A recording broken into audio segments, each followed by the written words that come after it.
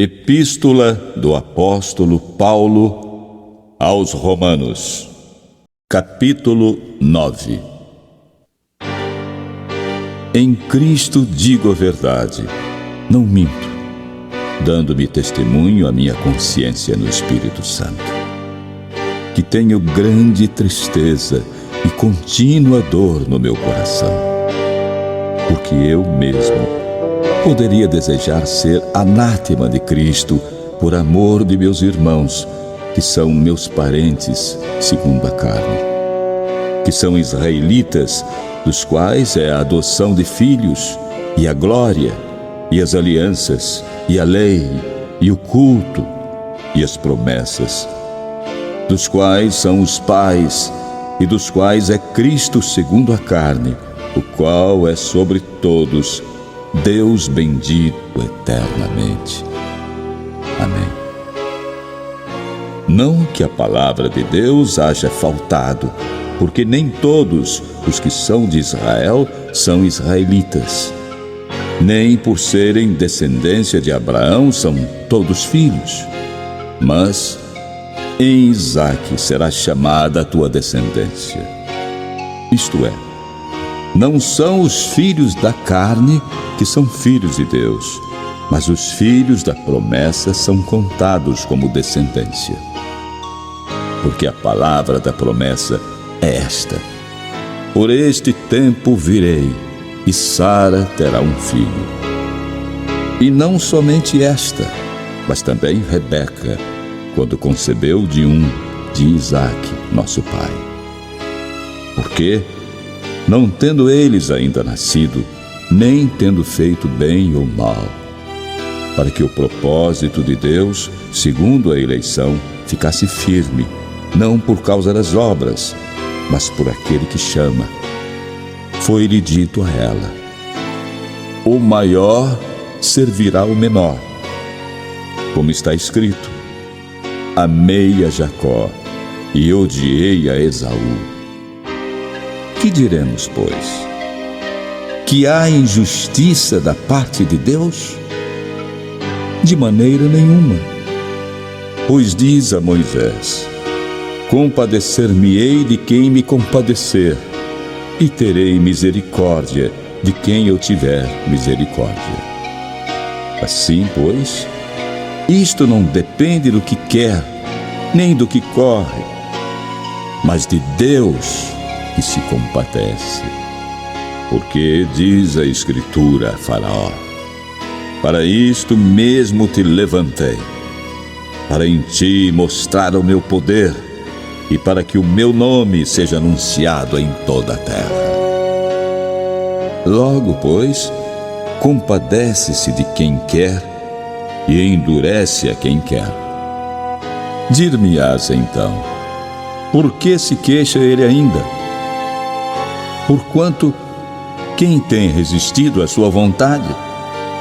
Mas, ó homem, quem és tu que a Deus replicas?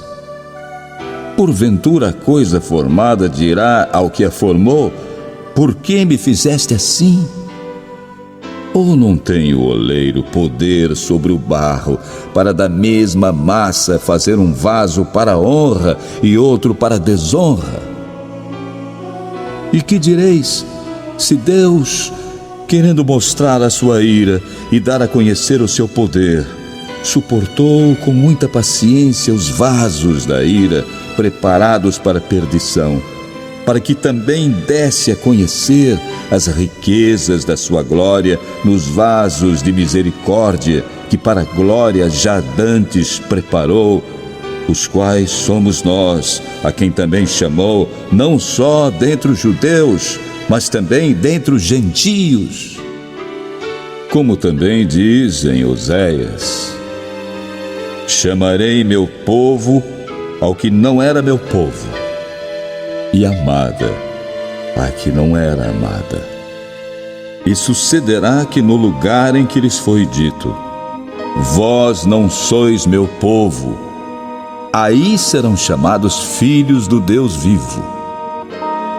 Também Isaías clama acerca de Israel: ainda que o número dos filhos de Israel seja como a areia do mar, o remanescente é que será salvo.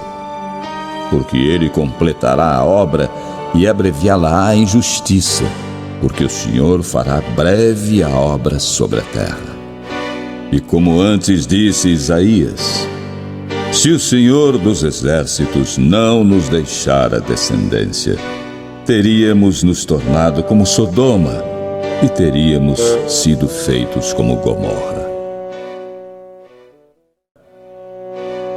Que diremos, pois? Que os gentios que não buscavam a justiça alcançaram a justiça? Sim, mas a justiça que é pela fé. Mas Israel, que buscava a lei da justiça, não chegou à lei da justiça. Por quê?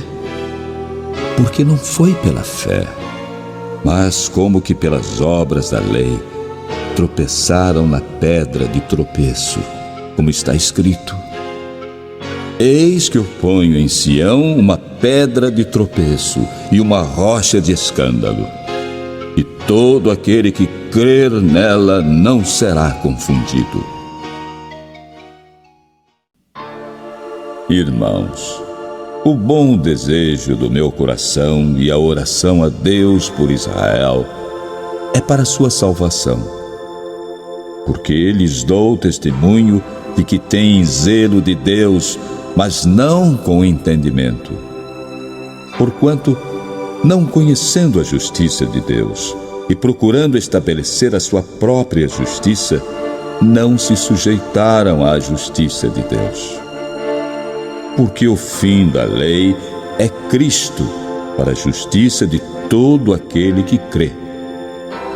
Ora, Moisés descreve a justiça que é pela lei, dizendo: o homem que fizer estas coisas viverá por elas. Mas a justiça que é pela fé diz assim: não digas em teu coração: quem subirá ao céu? Isto é, a trazer do alto a Cristo. Ou quem descerá ao abismo? Isto é, a tornar a trazer dentre os mortos a Cristo. Mas que diz? A palavra está junto de ti, na tua boca e no teu coração. Esta é a palavra da fé que pregamos, a saber, se com a tua boca confessares ao Senhor Jesus e em teu coração creres que Deus o ressuscitou dentre os mortos, serás salvo. Visto que com o coração se crê para a justiça e com a boca se faz confissão para a salvação. Porque a Escritura diz: todo aquele que nele crer não será confundido.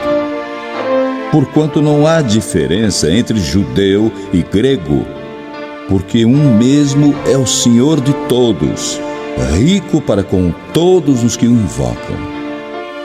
Porque todo aquele que invocar o nome do Senhor será salvo. Como, pois, invocarão aquele em quem não creram? E como crerão naquele de quem não ouviram? E como ouvirão se não há quem pregue? E como pregarão se não forem enviados? Como está escrito: quão formosos os pés dos que anunciam o evangelho de paz, dos que trazem alegres novas de boas coisas. Mas nem todos têm obedecido ao evangelho, pois Isaías diz: Senhor, quem creu na nossa pregação? De sorte que a fé é pelo ouvir, e o ouvir pela palavra de Deus. Mas digo, porventura não ouviram? Sim, por certo, pois por toda a terra saiu a voz deles, e as suas palavras até aos confins do mundo. Mas digo, porventura Israel não o soube? Primeiramente diz Moisés: eu vos porei em ciúmes com aqueles que não são povo, com gente insensata vos provocarei a ira. E Isaías ousadamente diz: fui achado pelos que não me buscavam, fui manifestado aos que por mim não perguntavam. Mas para Israel diz: todo dia estendi as minhas mãos a um povo rebelde e contradizente.